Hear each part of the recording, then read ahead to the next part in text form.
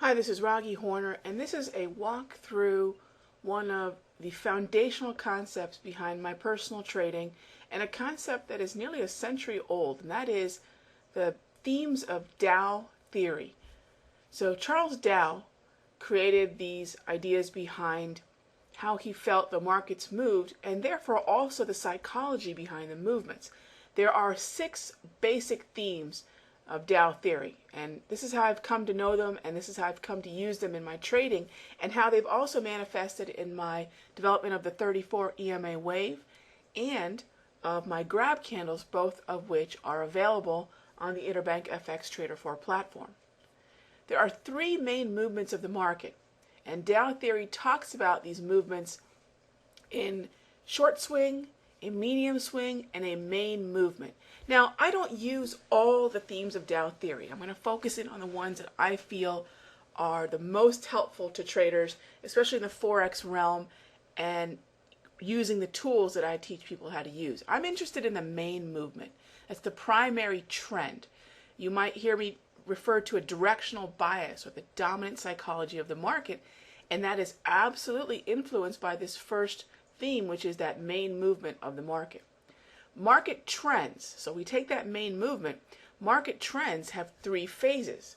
And within the way the psychology works, if you're looking at it through the eyes of Dow theory, prices can move in a sideways narrow range.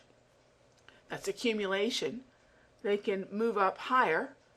They can also move down lower, even though Charles Dow did not refer to this as one of the main phases. And they can move in a much wider, more volatile fashion, which is known as distribution.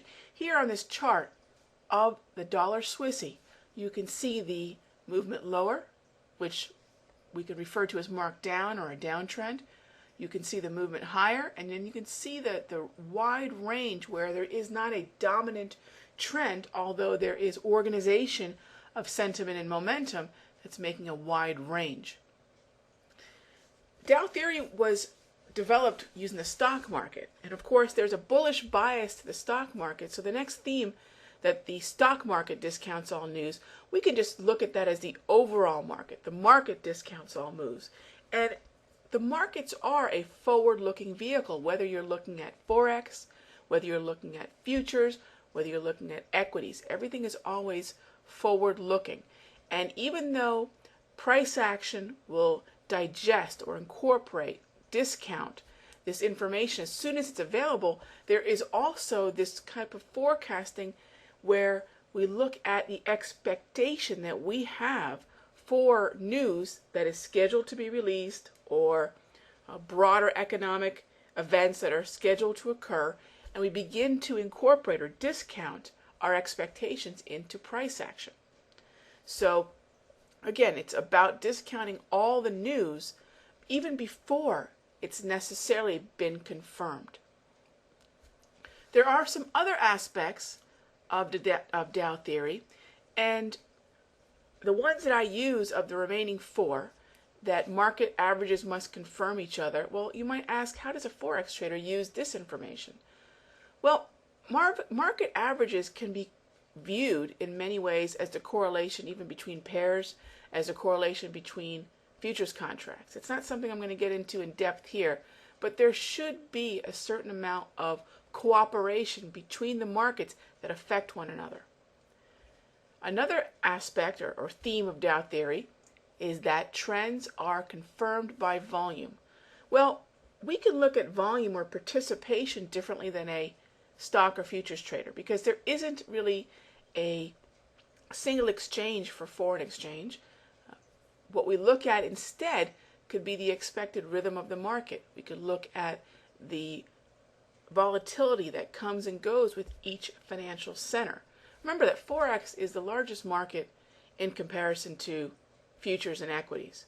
So when I look at volume, or when I envision participation. And to measure that, we have an excellent tool here at IBFX called Power Stats. We have videos on this, but that's one of the ways that I will confirm trends. The last theme is that trends exist until there are signals to prove that they have ended. Well, that's a pretty broad, basic statement, is it not? Well, we can use technical analysis and charting tools to determine when a trend has ended, but one of the tools that I use consistently is the 34 EMA wave and grab candles. And I can identify trends with the organization of similar colors, for example, the steadiness of the red on this daily chart of the dollar Swissy, or the steadiness of the green, as well as the angle of the 34 EMA wave.